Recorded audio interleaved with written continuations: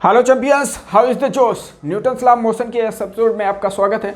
आज की इस वीडियो में हम लोग डिस्कस करने जा रहे हैं कांस्टेंट थ्योरी से रिलेटेड कुछ क्वेश्चन लेंगे जो अपने आप में बहुत क्रूशियल और बहुत सिलेक्टिव ऐसे क्वेश्चन लेने जा रहे हैं जो कंसेप्ट क्लियर करेगा, कंसेप्ट आपका बिल्ड करेगा। ओके, सो इस टाइप के क्वेश्चन जनरली कंपटीशन में पूछते हैं। कोई एक रॉड है, स्लाइड कर रहा है, तो वन एंड का वेलोसिटी इतना है तो अदर एंड का वेलोसिटी क्या होगा, या कोई बॉडी रिजिड है तो उसका किसी पोर्शन का वेलोसिटी अगर पूछ रहा है, या स्ट्रिंग पे ब्लॉक को मोशन कराया जा रहा है तो एक ब्लॉक का वेलोसिटी दे दिया, दूसरे एंड का वेलोसिटी पूछ सकता है। उससे रिलेटेड आप क्वेश्चन करने जाएंगे। ओके, फर्स्ट ऑल आप उसका कंसेप्ट हम लोग समझते हैं। अगर कोई रिजिड बॉडी है, कैसा बॉडी है, रिजिड, अगर कोई रिजिड बॉडी है, अगर स्ट्रिंग है तो वो क्या होना चाहिए, इनएक्सटेंसिबल होना चाहिए। तो दो केस है, रिजिड बॉडी और इनएक्सटेंसिबल स्ट्रिंग। ओके, ऐसा स्ट्रिंग जो जिसमें रिलेटिव मोशन ना हो रहा हो। ओके, स्ट्रिंग भी समझो अपने आप में इनएक्सटेंसिबल है।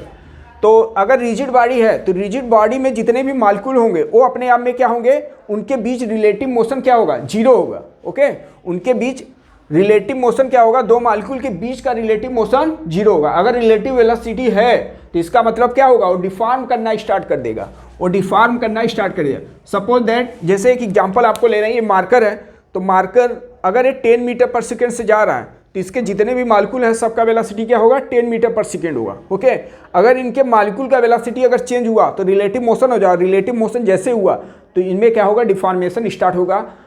और रिजिड बॉडी बोल दिया हूँ, इसका मतलब उसमें डिफॉर्मेशन नहीं है।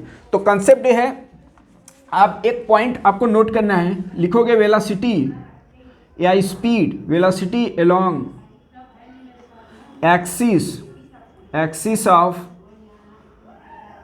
बॉडी, कैसा बॉडी होना चाहिए, axis of body is remain constant.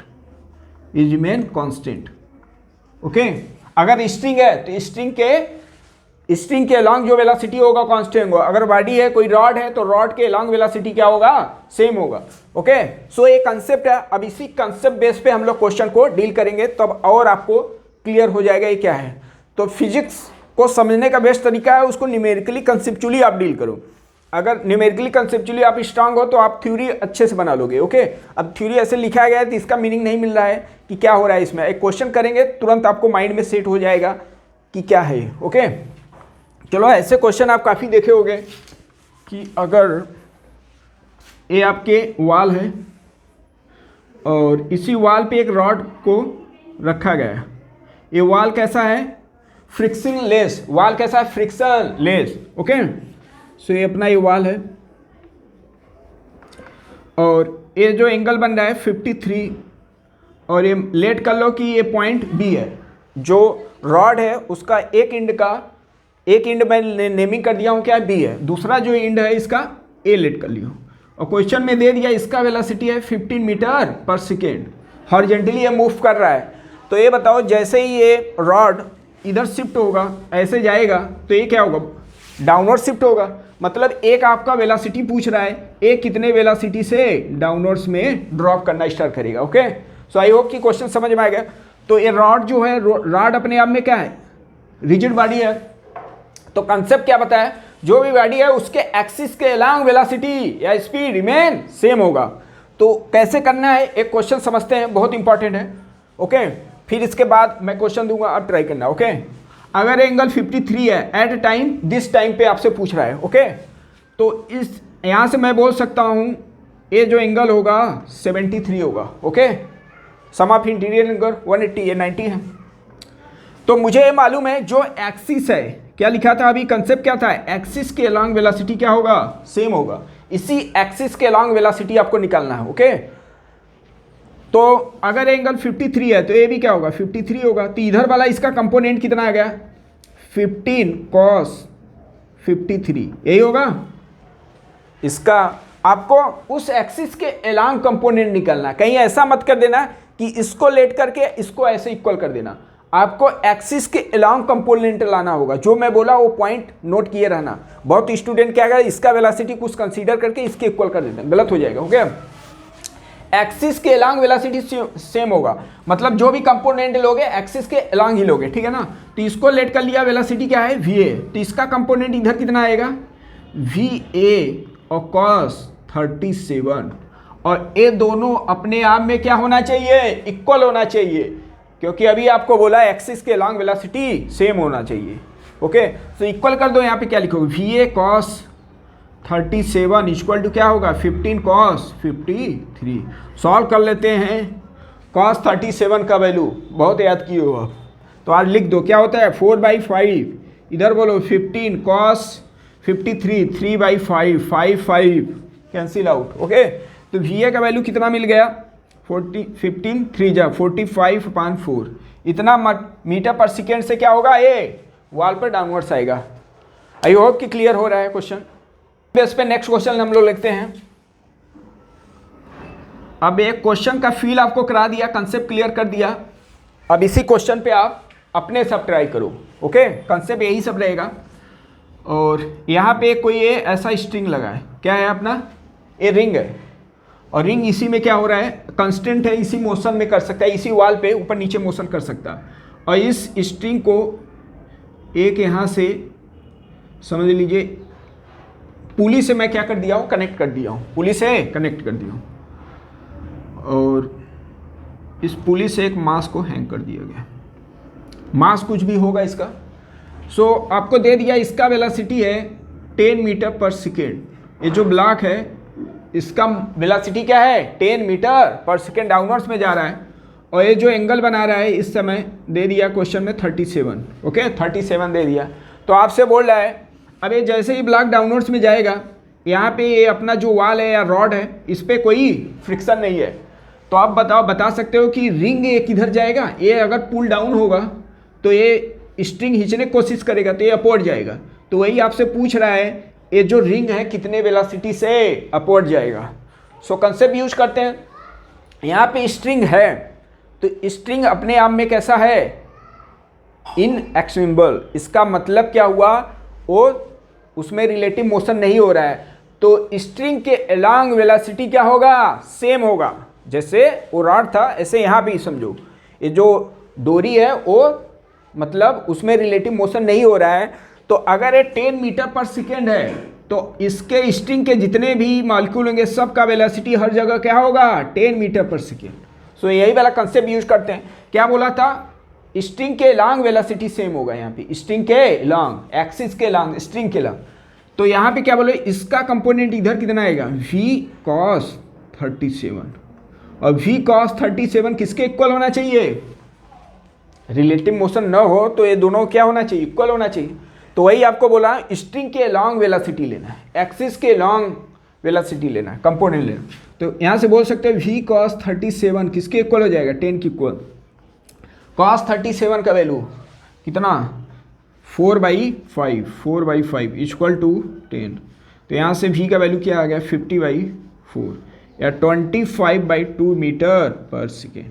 Okay, I hope कि कंसेप्ट क्लियर हो रहा है। इसी बेस पे नेक्स्ट क्वेश्चन लेते हैं कुछ। ओके, ऐसा वॉल है, ऐसे ही है सिमिलर, बट कुछ एंगल इसमें दे दिया है। यहाँ से पुली को कनेक्ट करते हुए, और यहाँ पे जो ब्लॉक है, ब्लॉक एक रख दिया मैं, ठीक है। अब ब्लॉक इसी हॉरिजॉन्टल प्लेन पर मोशन कर सकता है। सो ब्लॉक कोई मास m होगा, ये दे दिया है कि इस समय जो एंगल बना रहा है, लेट कर लो 30 डिग्रीज पर, ये जा रहा है 10 मीटर पर सेकेंड से। ओके, 10 मीटर पर सेकेंड। सो आपसे पूछ रहा है, और एंगल है यहाँ पर 37 एंगल बना रहा है। ओके, सो ये जो रिंग है, ये रिंग ऊपर शिफ्ट होगा, तो रिंग ऊपर शिफ्ट होगा तो कितने वेलोसिटी से शिफ्ट होगा। ओके, सो पॉज करके एक बार आप ट्राई करने की कोशिश करें। आप ट्राई करेंगे तो आप अपने लिए करेंगे। ओके, वो आपके माइंड में रहेगा। एक बार ट्राई करिए, मैं इसको सॉल्व करने जा रहा हूँ। बस वही कंसेप्ट अपना पुराना जो मेथड बताया गया, हर क्वेश्चन का आंसर आएगा। ओके, सो क्या बताया गया है, स्ट्रिंग के अलोंग वेलोसिटी सेम होना चाहिए, स्ट्रिंग के अलोंग वेलोसिटी सेम होना चाहिए। तो कैसे किया जाए इसको समझने की कोशिश करना। इसके लॉन्ग वेलोसिटी क्या होगा, सेम होगा। तो इसका इधर वाला कंपोनेंट क्या आएगा, 30, इसका इधर वाला कंपोनेंट 30, और ये जो एंगल ये 37 है, तो ये वाला एंगल कितना हो गया, 53। तो इसका इधर वाला कंपोनेंट क्या आएगा, v cos 53। v cos 53 किसके इक्वल होना चाहिए, इधर वाला इसका कंपोनेंट, इसी के अलॉन्ग आपको वेलोसिटी लेना, 10 क्या लिखेंगे 10 cos 30। ओके, ये दोनों वेलोसिटी क्या होना चाहिए अपने आप में इक्वल, तो इक्वल कर देते हैं इसको। तो क्या मिला, v cos 53 equal to 10 cos 30। v cos 30 53 का value 3/5 equal to 10 cos 30 √3/2। Okay, 5 times, तो ये क्या मिल गया, v का वैल्यू 25 √3/3। ओके, मीटर पर सेकेंड। तो ऐसे ही करना है, सिंपल है, जो बताया गया उसी का मैं कंसेप्ट का यूज किया हूँ और कुछ एक्स्ट्रा किया है नहीं, तो कंपोनेंट में सब ब्रेक हो रहे हैं और कुछ हो नहीं रहा है। ओके, नेक्स्ट क्वेश्चन इसी कंसेप्ट ले रहा हूँ, बहुत ही इंपॉर्टेंट है और इसमें डिफरेंस भी आपको थोड़ा समझ में आ जाएगा। ओके, ऐसे और भी दर्जनों क्वेश्चन मिलेंगे, आप ट्राई कर सकते हो। ओके, अब मैं कुछ क्वेश्चन ऐसा ले रहा हूँ, यहाँ पे 2 पुली आपके लगे हैं